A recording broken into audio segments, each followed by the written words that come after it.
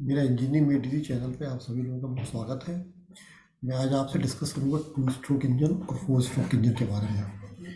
Generally काफ़ी लोग मुझसे रिक्वेस्ट कर चुके हैं कि एक वीडियो बनाइए टू स्ट्रोक इंजन के ऊपर, जिसमें मुझे ये समझाइए कि two stroke engine SI SI और सीआई में क्या फ़र्क है। मतलब एसआई टू स्ट्रोक कैसे काम करता है और सीआई टू स्ट्रोक कैसे काम करता है। हालांकि मैंने जैसे पहले आपको बता दिया है कि सबके ऑपरेशन एक जैसे ही होते हैं, केवल बहुत थोड़ा सा डिफरेंस होता है।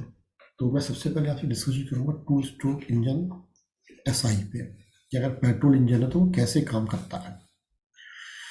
तो मैं आपसे रिक्वेस्ट करता हूँ कि अगर आपने मेरा चैनल सब्सक्राइब नहीं किया तो सब्सक्राइब कर लें, जिससे मेरे आपको वीडियोस ऑटोमेटिकली मिलते रहेंगे। तो मैं आपको बता दूं कि किसी भी इंजन में प्रोसेस के लिए चार हमेशा प्रोसेस होते हैं, जैसा मैं आपसे कई बार डिस्कशन कर चुका हूँ। एक तो होता है सक्शन, एक होता है कंप्रेशन एंड कंबशन, तीसरा होता है एक्सपेंशन, चौथा होता है एग्जॉस्ट। हर स्ट्रोक में एक प्रोसेस होता है, तो उसे चार फोर स्ट्रोक इंजन कहते हैं। और जब कोई दो प्रोसेस एक स्ट्रोक में होते हैं, यानी चार प्रोसेस के लिए दो स्ट्रोक चाहिए होते हैं, तो उसको दो स्ट्रोक इंजन कहते हैं। अब यहाँ पे थोड़ा सा हमने डिफरेंस किया है। यहाँ पे सेक्शन को हमने दो पार्ट में बांट दिया है कि जब कार्बोरेटर से क्रैंक केस के अंदर आता है वाई इनलेट में, तो हमने सेक्शन का ए पार्ट कहा है। और जब क्रैंक केस से सिलेंडर के टॉप पे जाता है ट्रांसफर पार्ट पोर्ट से हो करके, तो मैंने उसको कह दिया बी भाग। इस सेक्शन को दो भागों में डिवाइड कर दिया है। अब अगर मैं बात करूं आपसे स्ट्रोक की, जैसा मैंने आपको बताया है कि ये जो सिलेंडर का टॉप पोर्शन होता है वो टीडीसी कहलाता है, और जो इसका नीचे वाला पोर्शन होता है वो हमारा बीडीसी कहलाता है।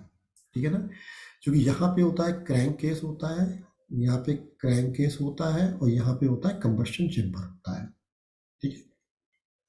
तो अब जब पिस्टन टीडीसी से बीडीसी पे आता है, तो जनरली ये तीन प्रोसेस मान के चल सकते हैं। दो प्रोसेस, एक होता है एक्सपेंशन स्ट्रोक, एक होता है एग्जॉस्ट। उसके साथ एक सेक्शन का बी पार्ट होता है। सेक्शन का बी पार्ट का मतलब होता है कि जो हमारा यहाँ पे फ्रेश चार्ज है वो हमारा कहा जा रहा है ट्रांसफर पोर्ट के थ्रू ऊपर जा रहा है। तो ये होता है जब टीडीसी से बीडीसी पे आ रहा है, यानी हम मान के चलते हैं कि ऑलरेडी मटेरियल कुछ टॉप पे अवेलेबल है, और अब उसका कंप्रेशन टॉप फ्लोर पे है, और कंबशन के बाद उसका एक्सपेंशन हो रहा है। तो टीडीसी से बीडीसी में ये तीन प्रोसेस होते हैं।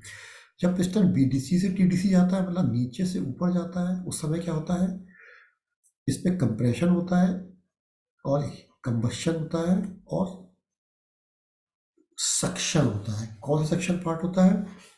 सक्शन वो पार्ट होता है जब फ्यूल जो है वो हमारा इनलेट मैनिफोल्ड से इसके अंदर आता है, ऐसे करके।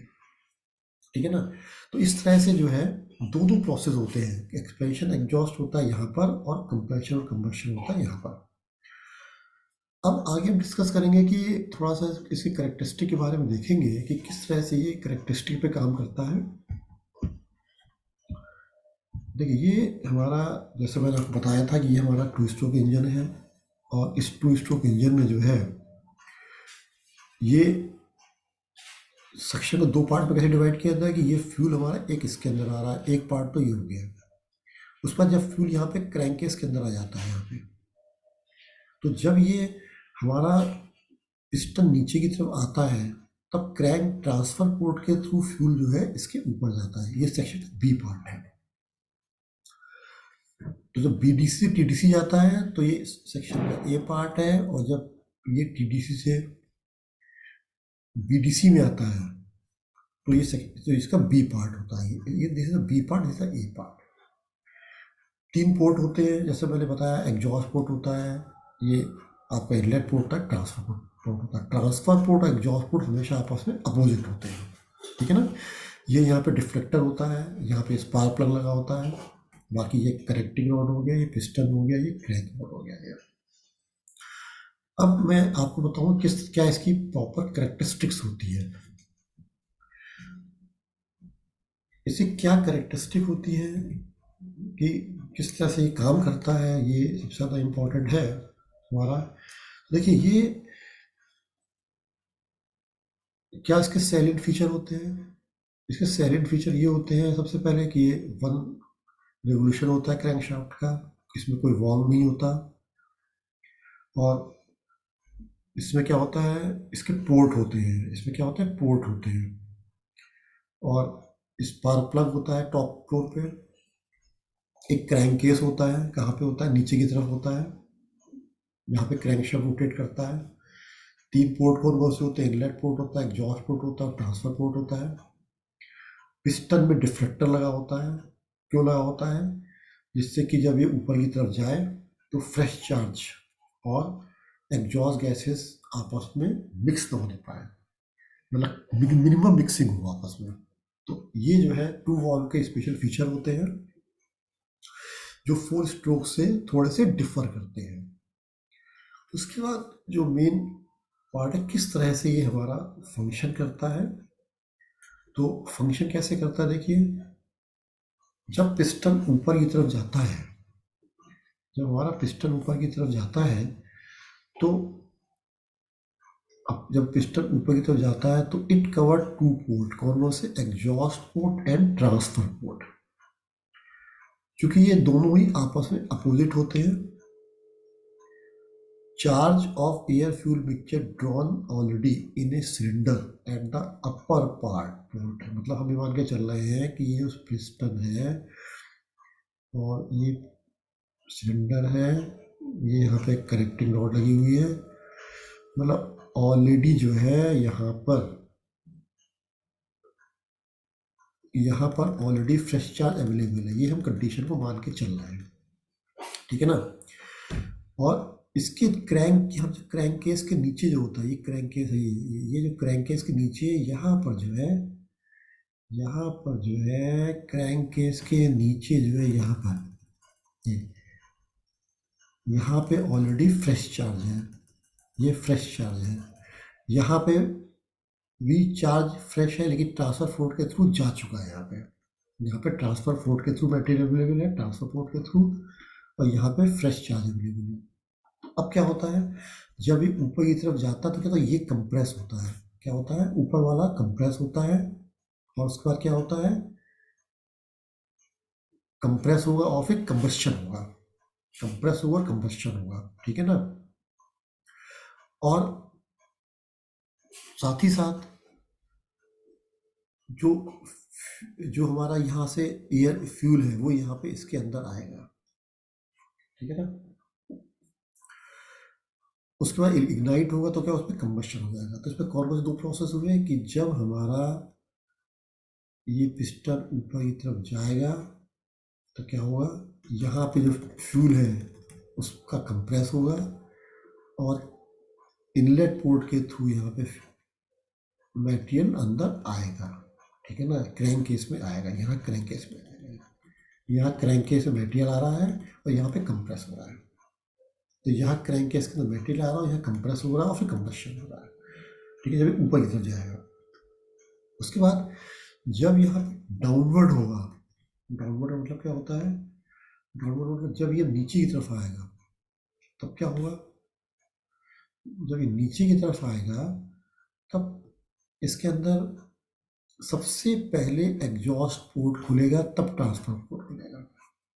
क्योंकि जैसा फ्यूल जल जाता है, फ्यूल तो जल चुका है, फ्यूल जलने के बाद बर्न गैसें बाहर निकलनी है, तो पहले एग्जॉस्ट पोर्ट खुलेगा जिससे बर्न गैसें बाहर निकल जाए, फिर ट्रांसफर पोर्ट के थ्रू जो क्रैंक केस के अंदर, यहाँ पे क्रैंक केस होता है, यहाँ पे क्रैंक केस होता है, यहाँ पे जो फ्रेश एयर आ चुकी है पहले, अब ये ऊपर जाएगी ट्रांसफर पोर्ट के थ्रू और बर्न गैसें बाहर निकल रही होंगी। तो बर्न गैसें बाहर निकल रही होंगी और यहाँ से जो फ्रेश चार्ज है क्रैंक केस के नीचे वो ऊपर की तरफ जाएगा। यानी एक तो एक्सपेंशन स्ट्रोक होगा और दूसरा एग्जॉस्ट होगा, तीसरा क्रैंक केस के थ्रू फ्यूल ऊपर की तरफ जा रहा होगा।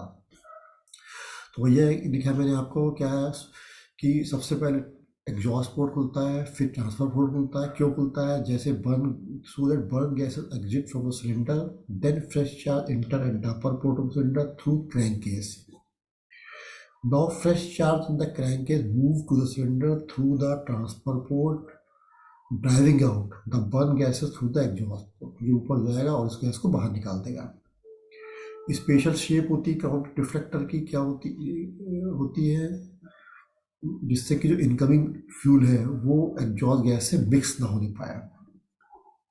During the downward stroke of the piston power and exhaust events are completed. तो एक तो पावर मिली हमको, बर्न फ्यूल बाहर निकल गया, और एक सेक्शन जो सेक्शन है उसका दूसरा पोर्शन हुआ जो क्रैंक केस के ऊपर जाने के लिए। तो इस तरह से हमारा टू स्ट्रोक की पूरी साइकिल खत्म हो जाती है और फिर से पिस्टन नीचे से ऊपर से नीचे आने के लिए तैयार हो जाता है, पीडीसी से बीडीसी आने के लिए। तो इस तरह से जो है एक टू स्ट्रोक का ऑपरेशन हमारा समाप्त हो जाता है।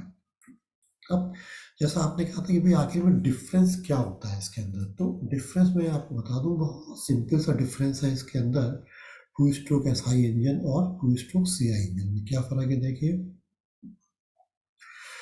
टू स्ट्रोक अगर सीआई इंजन है तो इसमें सबसे बड़ा जो इसमें फ़र्क है वो ये है कि it has got fuel injector pump and injector for the fuel injection in the combustion chamber. इस कंबस्शन चैम्बर में फ्यूल इंजेक्टर पंप के थ्रू डीजल अंदर आता है। इसमें क्या होता है, एसआई में कार्बोरेटर होता है और सक्शन जो है पेट्रोल और एयर कंबस्शन चैम्बर में आता है। तो इसमें कार्बोरेटर होता है और पेट्रोल और एयर दोनों कंबस्शन चैम्बर में आता है। इसमें फ्यूल इंजेक्टर पंप होता है, उससे जो है डीजल आता है। इसमें it use diesel oil as a fuel, it use petrol और power kerosene as a fuel. ठीक है ना।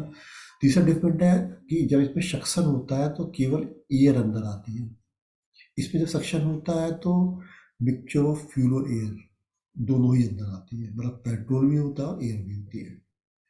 अगला डिफरेंस ये है कि इसमें केवल एयर ही कंप्रेस्ड होती है ड्यूरिंग द कंप्रेशन प्रोसेस, लेकिन इसमें क्या होता है एयर और पेट्रोल दोनों ही कंप्रेस्ड होते हैं। तो सेक्शन में जो आएगा वही कंप्रेस होगा।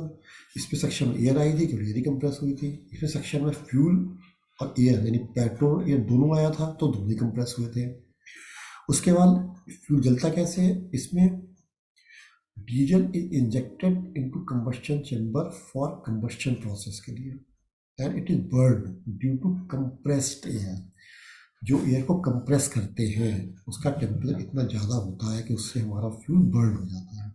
इसमें क्या करते हैं, कंप्रेशन के बाद इसमें स्पार्क प्लक्सेस को इग्नाइट करते हैं, उससे हमारा बर्न हो जाता है। तो केवल इतना ही डिफरेंस होता है, बाकी सारे डिफरेंस हमारे सेम होते हैं। इसलिए two stroke four stroke engine में कोई बहुत ज़्यादा फर्क नहीं है, केवल इतना ही फर्क है कि क्या फ़र्क है यहाँ पे कि यहाँ पे स्पार्क प्लग की जगह क्या होता है, फ्यूल इंजेक्टर होता है, और जो यहाँ पे पेट्रोल और एयर की जगह यहाँ पे केवल एयर आती है बस।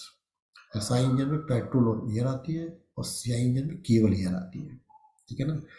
तो इस तरह से मैंने आपको इतने डिफरेंस बताए, मेरे ख्याल से आपको अच्छी समझ में आ गई होगी। फिर भी अगर आपको समझ में नहीं आई है तो आप जो है मेरे कमेंट बॉक्स में जा करके मुझसे आप कुछ भी पूछ सकते हैं। और मैं फिर से आपसे कहता हूँ कि मेरे आप चैनल को सब्सक्राइब कर लें जिससे आपको मेरे वीडियोस मिलते रहें। Thank you very much.